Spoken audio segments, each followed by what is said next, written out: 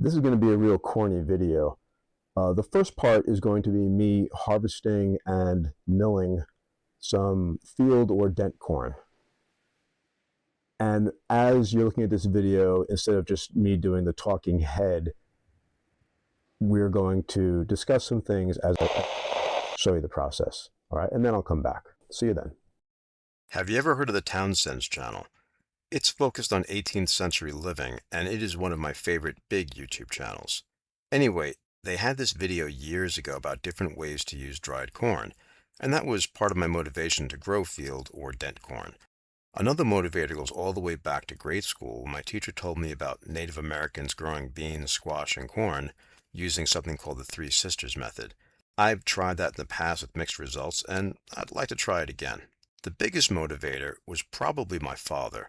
Like most people in America, he was part of the rat race. As a kid, I remember him just being fed up with his work in a printing company in Manhattan. He would sometimes share with me his dream of just getting a farm and living off of the land. That really stuck with me, so over 13 years after his death, when I moved into a house and had space for a garden, I started planting in year one, learning as I went. I didn't really know if I could become self-sufficient, but it was on my mind. And each year, my garden was a casual science experiment to see if I could become self-sufficient. But more on that later. So for the last few years, I've tried growing corn, but not the kind that you eat on the cob, not sweet corn. I grew dent or field corn. It's the kind of corn that is used to feed livestock or to store and use for human consumption. I bet it's probably used for making ethanol too. I grew it, butternut squash and beans together in a space that was roughly 32 square feet. Now, you let this particular corn dry on the stalks. Then you bring it inside and keep it somewhere cool and dark and dry for storage. And like a lot of things on my bucket list, I just never got around to dealing with it. I even asked for a grain mill KitchenAid attachment over a year ago. Anyway, I had all this dried corn from up to 2 years ago, and I just never got around to processing it. In a way, this channel is a motivator to actually do things that I've always wanted to do, so the time had come. I set up my camera, the KitchenAid mixer, and the grain mill attachment and got to work. The first step was to remove the corn from the cob. At first I used my thumbs to push them off, but that was slow and I would occasionally launch a few kernels across the kitchen. Eventually I figured out that if I just grabbed the ear with both hands and twisted in opposite directions, the kernels would fall off much easier. When it was all done, I was shocked to see that the heaping bowl of dried corn on the cob filled another bowl with its kernels nearly to the top. I weighed it by zeroing out the bowl on a scale, and it came to nearly 5 pounds. The next step was to use the mill. Now, I toyed with the idea of getting some old volcanic stone bowl to grind it by hand, but they were expensive, and I knew that it was going to be a lot of work, and I probably wouldn't do it again, maybe once or twice more. So then I looked at a hand-cranked mill, but when I compared the price of a good one to the KitchenAid grain mill, they were similar. So I went with the electric version. The instructions are pretty simple. The biggest concern was not to run it for more than 30 minutes of continuous use because it would overheat. So I got to work and it was a breeze. With dent corn, you're supposed to run it through the mill twice. The first time at a coarse setting, and then again to get finer cornmeal. The first time through took close to 20 minutes, so I called a friend and chatted for 30 minutes to let the machine cool down. Then I spent another 15 minutes running the coarsely ground corn through at a finer setting. I was pretty satisfied with the whole process, but Um, I, I don't know what that is. I'm gonna head to the bed. Welcome to the apocalypse. Luckily for me, I have a big bowl of cornmeal. I actually measured it out, and it's about 6,000 calories worth of cornmeal. That's not bad. So at 2,000 calories a day, that's 3 days of survival. Yeah.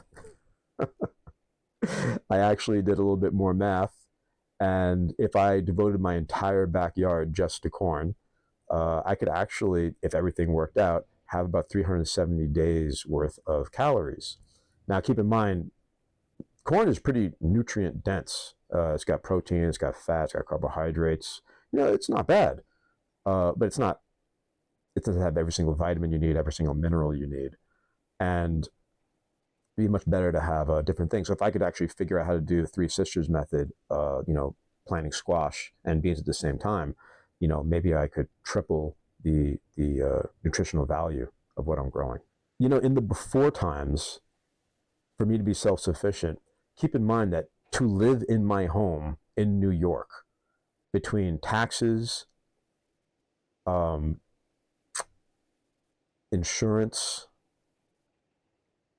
energy bills, and water, cost me around $16,000 a year. So that means that if I were to be truly self-sufficient, I would have to grow not only enough food for myself, but I would also have to somehow generate, theoretically, by selling some of that food, I'd have to generate $16,000 for the privilege of living in my home. But luckily, we're in the apocalypse now, so I guess that doesn't matter.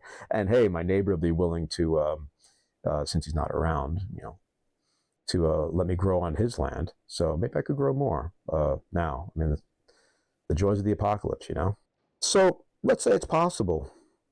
Well, what if my crops failed? What if I had a frost? What if some sort of pest, some sort of insect pest, or maybe raccoons or rats came and, ate my crops in the field? What if I had a medical emergency? What if I needed antibiotics? What if a tool broke? How am I going to get enough fuel to heat my home? Look into rocket mass heaters, by the way. I'll put a link. My friend's on a permaculture site, and they're big into rocket mass heaters. Very interesting. I'd love to give it a try sometimes. I'm not sure if I have the skill to do it. But anyway, what if? What if other survivors come by asking for food? What do I do? No food for you. It's all for me. What if they just come and take it? Even if I'm capable of defending my land, I have to sleep sometime. So what then? So one of the things about engaging in a hobby, like really deep diving into a hobby, is that you do some research and you look around, you learn different things. And one of the things that I learned about was permaculture. And when you hear permaculture, you're probably thinking about growing stuff. And yeah, it's about growing stuff, but it's a little bit broader than that. There are three main principles to permaculture, and that's earth care, people care, and fair share, which basically means take care of the planet, take care of people, make sure nobody's hoarding. So that means that you can't just claim a huge swath of land and say, this is mine, it's all mine, you can't grow here, you can't do anything here, you can't live here, go away. Wouldn't it be nice if we lived in a community where we all did certain things, we fulfilled certain roles, and we helped each other out? We really cared about each other. Wouldn't that be nice? But I think that the way we used to live in the before times, it was even though we're living with all these people around us, we're very isolated. Thought I heard a plane. Could it be? Probably. I'll ignore it.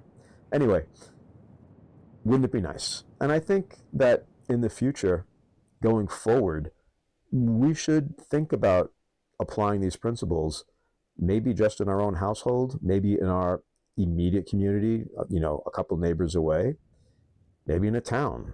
It'd be wonderful to see it for a whole nation, right? Wouldn't that be nice? But here we are. So this channel is about recreation. What did I get out of this? Well, I got food out of it, for sure, and a little bit of exercise, and it was definitely amusing. But if you remember from an earlier video about what recreation is, or what constitutes a recreational experience, skill mastery is one of the elements. And every time you garden, even if you fail, and kind of especially if you fail, you learn something and you become more skilled. And that's great. You feel like you become more competent, and it just improves your self-esteem. It's a wonderful thing. So I highly recommend it. I know many of you don't have yards, but you know what? You could grow some herbs in a windowsill. You really could. And there are grow stations and grow lights. There are things you could do if you want to dabble, in growing your own food, or at least your own spices. So I'm gonna eat some polenta. I gotta say, I do have some salt, but water, salt, and cornmeal is not the tastiest thing in the world, but, will get me by for another couple of days.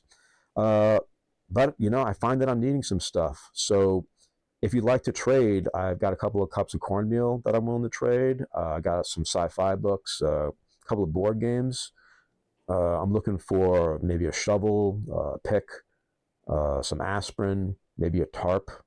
Yeah, well, let's see what you got. Meet me at next Wednesday at 4 o'clock, and we'll work out a deal. So, what are your plans for surviving the nuclear, zombie, or economic apocalypse? Time's running out. Let me know in the comments. Bye.